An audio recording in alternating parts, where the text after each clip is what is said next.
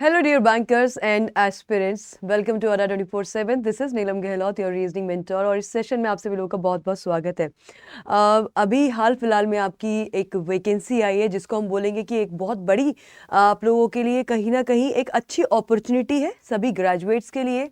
तो vacancy details क्या है, बट उसमें एक बड़ा मुद्दा ये है कि बहुत सारे स्टूडेंट का कंसर्न था और उनके डाउट्स थे कि मैम इसमें स्टेनोग्राफी हमें सीखनी पड़ेगी या नहीं पड़ेगी। तो ये आप लोगों का जो मुद्दा था कि क्योंकि बहुत सारे कमेंट्स आ रहे थे इस सेशन से रिलेटेड, इस वैकेंसी से रिलेटेड, मैंने और भी बहुत सारे वीडियो बनाए हुए हैं। आपको कोई भी जानकारी जाननी हो तो आप उसको टाइप कर सकते हैं अपने इसी चैनल पर और आपके सामने वो वीडियो आ जाएगा, वहाँ से आप बाकी सारी चीज़ें कवर कर लीजिएगा। बट जब वो सेशंस हुए तो सेशंस के बाद एक मेन जो कन्फ्यूजन सारे स्टूडेंट के दिमाग में था वो था स्टेनोग्राफी हमें चाहिए या नहीं चाहिए, क्या हमें शॉर्ट हैंड सीखना पड़ेगा कि नहीं सीखना पड़ेगा। तो इसी आप लोगों के डाउट को क्लियर करने के लिए ये सेशन हमने किया है। अगर आपको सेशन अच्छा लगे तो इसको जरूर लाइक कीजिएगा और शेयर कीजिएगा जितना हो सके। तो चलिए, मैं बिना आप लोगों का टाइम इन्वेस्ट किए मैं सीधे आपको लेके चलूंगी मेन जानकारी पर। सबसे पहली बात, ये जो अपनी वैकेंसी है ये आपकी निकली, एक तो ये आपकी गवर्नमेंट जॉब है, ठीक है, सरकारी जॉब है। और उस सरकारी जॉब के बारे में बात करने से पहले Ada 24/7 एप्लीकेशन, जिसमें कि आपको हर एक चीज कंप्लीटली यहाँ पे फ्री कंटेंट आप लोगों को मिलता है। तो इस एप्लीकेशन को अगर डाउनलोड अभी तक नहीं किया है तो डाउनलोड जरूर कीजिएगा और इस फ्री कंटेंट का पूरा पूरा आप जो है इसका इसको यूज़ कीजिए और कहीं ना कहीं आपकी प्रिपरेशन में बहुत हेल्प करेगा। So do download the application. आगे बढ़ेंगे। ये है हमारी इंपॉर्टेंट डिटेल्स। अब ये जो वैकेंसी आपकी आई है, ये वैकेंसी है आपकी, ऑर्गेनाइजेशन का नाम अगर मैं बात करूं तो ये यूपीएससी इस वैकेंसी को केटर करेगा, यानी कि ये जो एग्जाम कंडक्ट करवाने वाली बॉडी है वो UPSC, union public service commission है।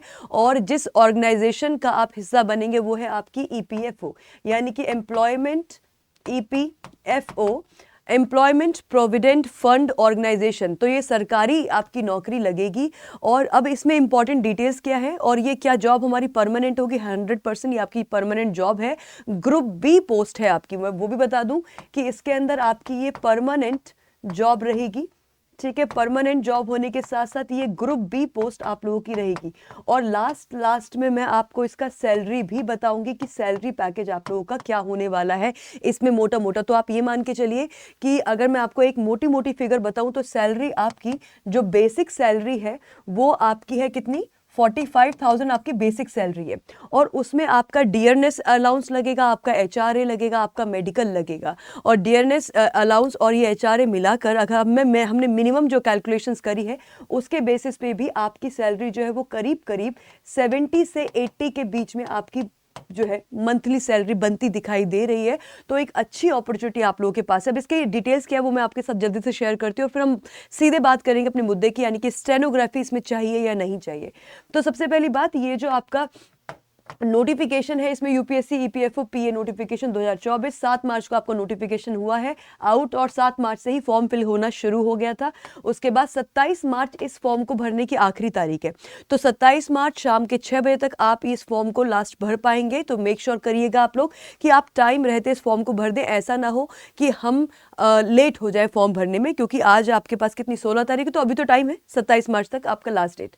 देन एप्लीकेशन को एडिट करने का विंडो आपका इसको समय मिलेगा, 27 तारीख को लास्ट डेट है। उसके बाद 28 से लेकर 3 अप्रैल तक अगर हमने कोई एप्लीकेशन में कोई मिस्टेक कर दी है तो वो मिस्टेक सुधारने का आपको टाइम मिलेगा 28 से लेकर 3 अप्रैल तक। तो इस टाइम में आप अपनी मिस्टेक को रेक्टिफाई कर सकते हैं।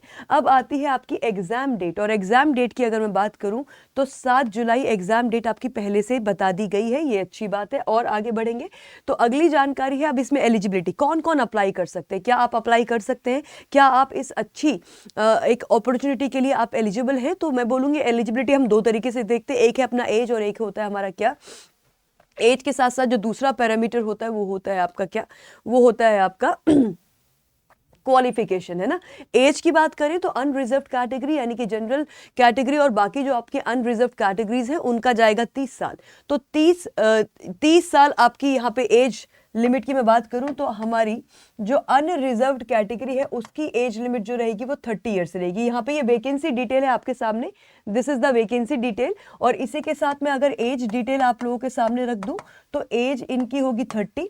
और जो आपके इसके अलावा ओबीसी कैंडिडेट्स हैं ठीक है, ये तो हो गई यूआर कैटेगरी की। जो आपके ओबीसी कैटेगरी है उसको 3 साल का रिलैक्सेशन मिलता है, जैसा कि आप सभी लोग जानते हैं 33 साल उनको उनकी अपर एज लिमिट हो जाएगी। इसके साथ साथ अगर मैं एससी एसटी कैंडिडेट्स की बात करूं तो उनको है रिलैक्सेशन कितना, उनको 5 इयर्स का रिलैक्सेशन होता है, तो उनके पास 35 ईयर का अपर एज लिमिट होगा।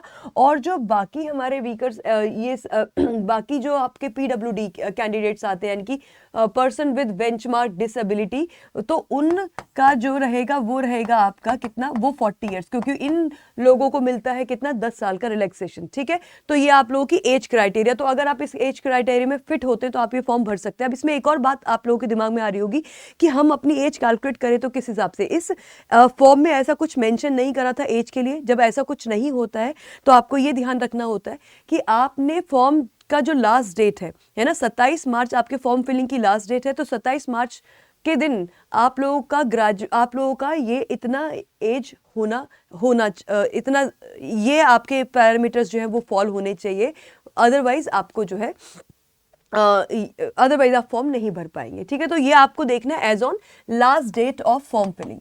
कब देखना है, ये फॉर्म फिलिंग की लास्ट डेट के हिसाब से आप इसको मेजर करेंगे। ठीक है, अब दूसरा पैरामीटर जो होता है वो होता है आपका क्या, एजुकेशन क्वालिफिकेशन। यहाँ पे आती है हमारी बात स्टेनोग्राफी की। अच्छा, अब एलिजिबिलिटी में दूसरा हमारा क्राइटेरिया है किसका, क्वालिफिकेशन का। क्वालिफिकेशन के लिए इन्होंने ज्यादा कुछ नहीं बोला, इन्होंने सिंपल बोला है bachelor's degree from a recognised university. तो आपका केवल और केवल बैचलर होना जरूरी है। अब आपने कहाँ से आपने बीए बीएससी बीकॉम क्या कर रखा है उससे कोई फर्क नहीं पड़ता। आपने अगर ग्रेजुएशन कर रखी है, और ये भी कहाँ से देखा जाएगा, as on last date of filling form, last date of form filling. ठीक है, तो फॉर्म फिलिंग की लास्ट डेट के रिस्पेक्ट में आपको ये देख लेना है कि क्या आपकी बैचलर्स डिग्री पूरी हो रही है या नहीं। अगर हो रही है तो अच्छी बात है, आप फॉर्म फिल कीजिए, नहीं हो रही तो फिर आप अगली बार ट्राई कीजिए। अब इसमें दूसरा बड़ा मुद्दा है जिसके बारे में ये सेशन मैंने रखा था कि क्योंकि बहुत सारे आप लोगों के कमेंट थे, डाउट था कि मैम स्टेनोग्राफी चाहिए या नहीं चाहिए। अब देखिए, ये आपके सामने जो क्लिपिंग है ना, ये ऑफिशियल नोटिफिकेशन की है, जिसमें बहुत क्लियर शब्दों में एक बात बोली गई है। क्या बोला गया, यहाँ पे साफ साफ बोला गया, dictation for a period of 10 minutes, 10 minute की आपको डिक्टेशन करनी पड़ेगी। स्किल टेस्ट में आएगा आपका ये सेकंड वाला केस। तो जब आपका स्किल टेस्ट होगा उसमें आपको डिक्टेशन आनी चाहिए, आपसे 10 मिनट की डिक्टेशन कराई जाएगी। 10 मिनट की डिक्टेशन होगी कैसे, with the speed of 120 words पर मिनट।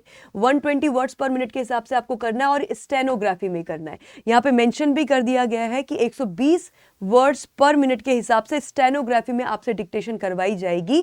तो यस, स्टेनोग्राफी हमें सीखनी पड़ेगी, शॉर्ट हैंड हमको सीखना पड़ेगा। Then transcription time for the dictation taken as per, वो 50 मिनट होगा इंग्लिश के लिए और 65 मिनट होगा हिंदी के लिए। हाँ, यहाँ पे आपके पास चॉइस है कि आप जो है आप हिंदी या इंग्लिश लैंग्वेज, जब आप अपना फॉर्म फिल कर रहे होंगे तो वहाँ पे आपसे ऑप्शन पूछा जाएगा कि आप डिक्टेशन किस लैंग्वेज में करना चाहेंगे, इंग्लिश या हिंदी। तो वहाँ पे आप अपनी चॉइस मेंशन कर सकते हो। इंग्लिश में कंफर्टेबल इंग्लिश कीजिएगा, हिंदी में कंफर्टेबल है हिंदी कीजिएगा। ठीक है, अब इसमें कुछ स्टूडेंट के डाउट्स होंगे, मैंने उन सभी डाउट्स को दिमाग में रखते हुए ये आपके सामने इसको क्लियर करने की कोशिश की है। अब आप में से हो सकते हैं, वैसे तो सारे बच्चे जानते हैं स्टेनोग्राफी क्या होती, बट कुछ अगर कोई पहली बार इस तरह की चीज़ समझ रहे हैं तो उनके लिए स्टेनोग्राफी जो है वो क्या होता है कि आप जब कोई बोल रहा होता है, जैसे आपने कोर्ट रूम में देखा होगा ना कि जब व्हेन द जज इज मेकिंग एनी स्टेटमेंट, जब जज कोई बात कह रहा है या कोई और वकील कोई बात कह रहा है तो एक इंसान वहाँ पे बराबर से टाइप करता रहता है, तो वो स्टेनोग्राफी में टाइपिंग होता है। तो स्टेनोग्राफी का मतलब रहता है द एक्शन और process of writing a shorthand and transcribing the shorthand on a typewriter. तो बेसिकली जो शॉर्ट हैंड होता है, शॉर्ट हैंड भाषा क्या होती है उसमें भी हमें डाउट होगा। शॉर्ट हैंड होता है कि आप ना सिंबल्स का इस्तेमाल करते हुए या बेसिक बहुत कम एलिमेंट्स का इस्तेमाल करते हुए आप बड़े बड़े सेंटेंसेस को अपनी बात में कहते हैं, उसको हम शॉर्ट हैंड में लिखना बोलते हैं, उस चीज़ को हम शॉर्ट हैंड में लिखना बोलते हैं। ठीक है, तो उसी प्रोसेस को स्टेनोग्राफी कहा जाता है। अब इसमें दूसरी चीज़ है शॉर्ट हैंड क्या होता है, तो अब मेथड ऑफ राइटिंग क्विकली, जल्दी जल्दी लिखने की प्रोसेस को हम शॉर्ट हैंड कहते हैं। तो उसमें आप सिंबल्स का इस्तेमाल करते हो, आपने देखा हो कुछ इस तरह से ऐसे ऐसे लिखा हुई रहती है कुछ चीज़ें, तो ये सब शॉर्ट हैंड भाषा है आपकी।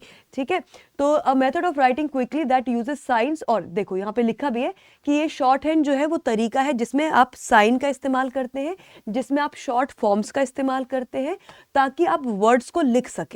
ठीक है। तो शब्दों को लिखने के लिए जब आप साइन का, सिंबल का इस तरह से इस्तेमाल करते हैं तो उसको हम शॉर्ट हैंड में लिखना बोलते हैं, और इसी प्रोसेस को कहा जाता है आपकी क्या, इसी प्रोसेस को आपको कहीं ना कहीं स्टेनोग्राफी हम कहते हैं। तो चलिए अब आगे बढ़ेंगे। तो ये हुआ, और इसमें एक और शब्द है जिसका शायद आप परेशान हो सकते हैं, तो मुझे लगा मैं इसको भी हम डिस्कस कर लेंगे।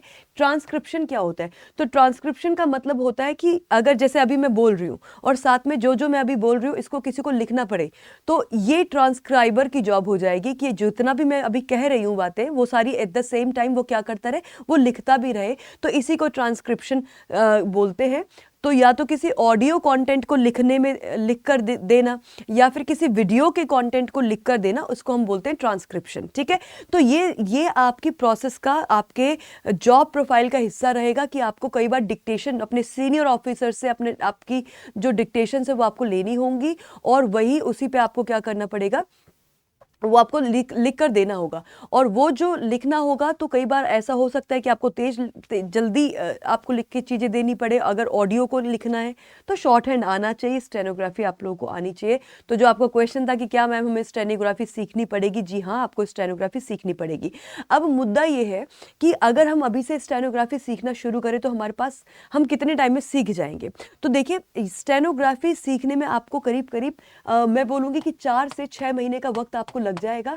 और अब क्या, अगर मैं अभी से सीखना शुरू करूं तो क्या पॉसिबल है? बिल्कुल पॉसिबल है। आप अभी ये कर सकते हो, क्योंकि जो हमारा इसका रिटन टेस्ट है ना, वो तो बहुत टफ नहीं है। रिटन टेस्ट आप आराम से निकाल लोगे, क्योंकि पर्सनल असिस्टेंट की जॉब प्रोफाइल है आपकी, है ना।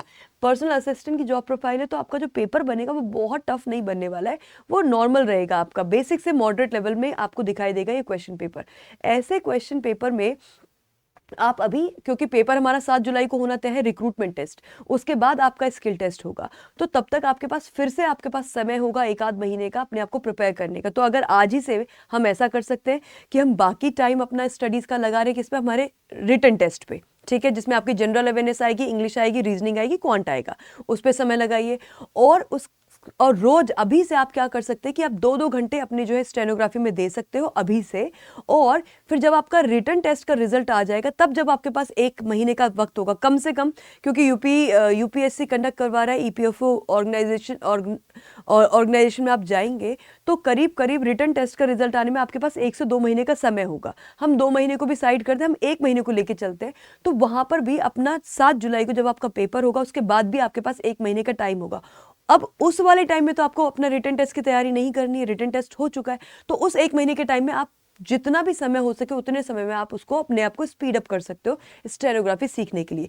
तो ये सारी डिटेल थी। तो मतलब बेसिकली अगर आज से आप सीखना शुरू करेंगे तो 7 जुलाई तक आपके पास 4 महीने हैं, और फिर अगर जितना हमारा लेट रिजल्ट आएगा उतना टाइम हमें और मिल जाएगा, तो मिनिमम 1 महीने का टाइम तो आपको वहां पर भी मिल जाएगा।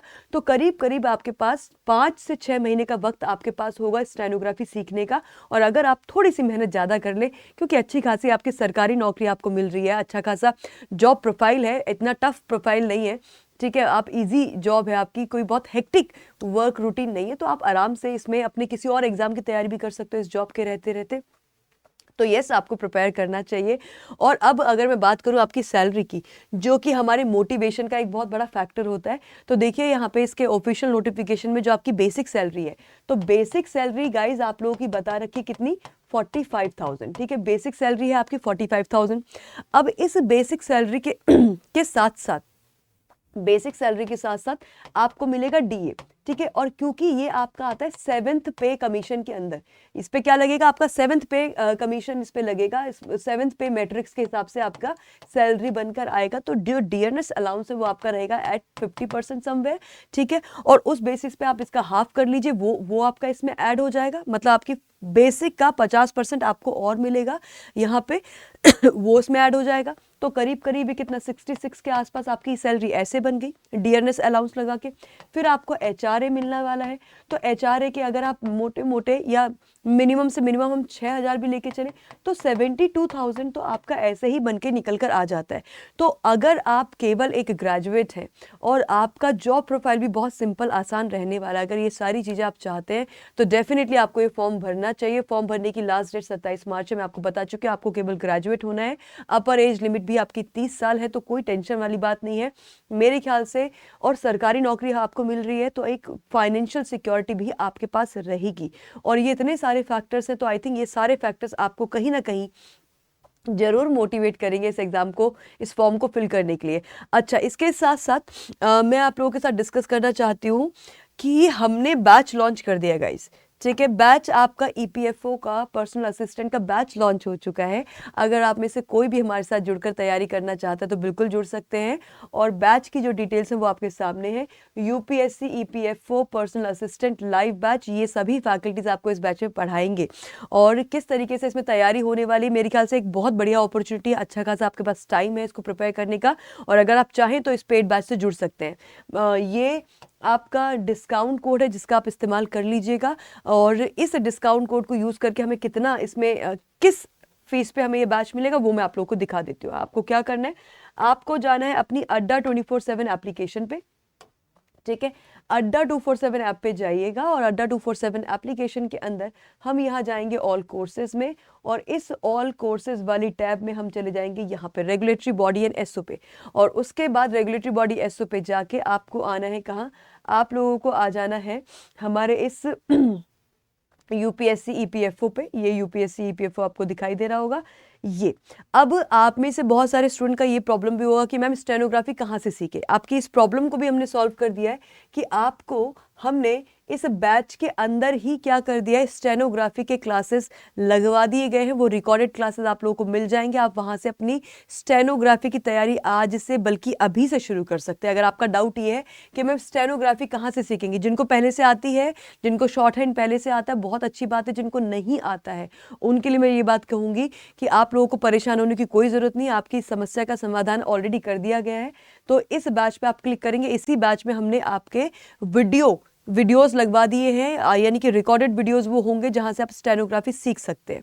ठीक है, तो इस बैच की डिटेल्स अगर मैं आपको दिखाऊं, आप जैसे नीचे जाएंगे तो ये सारे बैच की डिटेल्स हैं, और इसमें मैं जो आपको दिखाना चाहती हूँ वो ये कि ये सभी फैकल्टीज़ हैं, और आप इनका एक्सपीरियंस भी देख सकते हो कि क्या एक्सपीरियंस है इन सब फैकल्टीज़ को, जिन भी फैकल्टीज़ के साथ आप कनेक्ट होंगे। अब यहाँ देखिए, जैसा कि मैंने आप लोगों को बताया कि इसमें आपके रिकॉर्डेड वीडियोज़ रहेंगे आप लोगों को क्या कराने के लिए, ये स्टेनोग्राफी रिकॉर्डेड क्लासेस आप लोगों को इसके अंदर मिलेंगी। तो आप लोगों को कुछ भी परेशान होने की जरूरत नहीं, स्टेनोग्राफी आपको कहीं अपने आप से नहीं सीखनी। आप यहाँ पे इसके हमने रिकॉर्डेड वीडियोस यहाँ पे लगा दी, यहाँ से आप अपनी स्टेनोग्राफी को भी कवर कर सकते हैं और आज ही से कर सकते हैं। तो आई होप ये सारी चीजें आप लोगों को क्लियर हो गई होंगी। यहाँ पे इस बैच के अंदर मिल जाएगा आपको ये सब कुछ। नाउ अब बैच को बाय करने के लिए आपको कुछ नहीं करना है, बैच की सारी जानकारी मैंने आपको दे दी है। स्टडी प्लान अगर आप देखना चाहते हैं बैच का कि कब क्या कैसे पढ़ाया जाएगा, स्टडी प्लान पे आप जाइए, यहाँ पे आपको स्टडी प्लान भी दिख जाएगा। ये रीजनिंग एप्टीट्यूड का, क्वांट का, इंग्लिश का, जनरल अवेयरनेस का, ये सारे आपको यहाँ पे स्टडी प्लान दिख जाएंगे। और बैच हम 29 मार्च से शुरू कर रहे हैं क्योंकि बीच में होली है, तो होली वाली चीज़ को हमने साइड कर दिया है कि होली से सब, क्योंकि बच्चे घर जाते हैं और उसके बाद वापस आते हैं अपनी अपनी जगह पे जहाँ से भी वो तैयारी कर रहे होते हैं, तो होली वाली चीज़ को हमने साइड कर दिया है। और आपका 29 मार्च से बैच आपका शुरू हो जाएगा। अब बैच में जुड़ने के लिए Y651 आप ये डिस्काउंट कोड लगाइए और अप्लाई कर दीजिए, तो 2299 में आपको इस बैच के अंदर सब कुछ मिल जाएगा। यानी कि बैच के अंदर आपको अपना आपको लाइव क्लास के साथ साथ आपको स्टेनोग्राफी भी सीखने को मिलेगी। ठीक है, and this is the fees of the batch, और ये आपको फीस जो है वो पे करनी है 2299 की।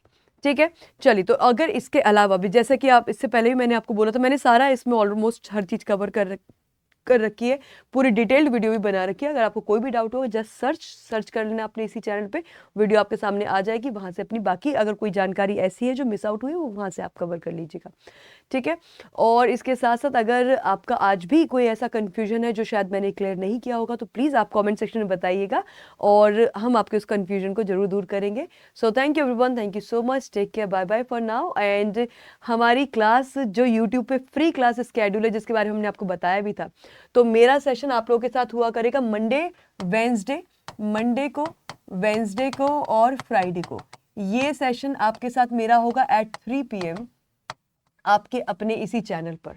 तो मंडे, वेडनेसडे, फ्राइडे आप मेरे साथ कनेक्ट करेंगे रीजनिंग सेक्शन के लिए दोपहर 3 बजे, और वहाँ पे हम इसी की तैयारी कर रहे होंगे, और पूरा जो कोर्स है उसके लिए आई थिंक ये सारी डिटेल्स आपके सामने है। चलिए, thank you everyone, and yes, आप लोगों को ये फॉर्म भरना चाहिए। अगर आप एलिजिबिलिटी क्राइटेरिया फुलफिल कर रहे हैं तो ज़रूर फॉर्म भरिए, और अपनी इस अपॉर्चुनिटी में आप बेहतर कर सकते हैं। तो all the very best guys.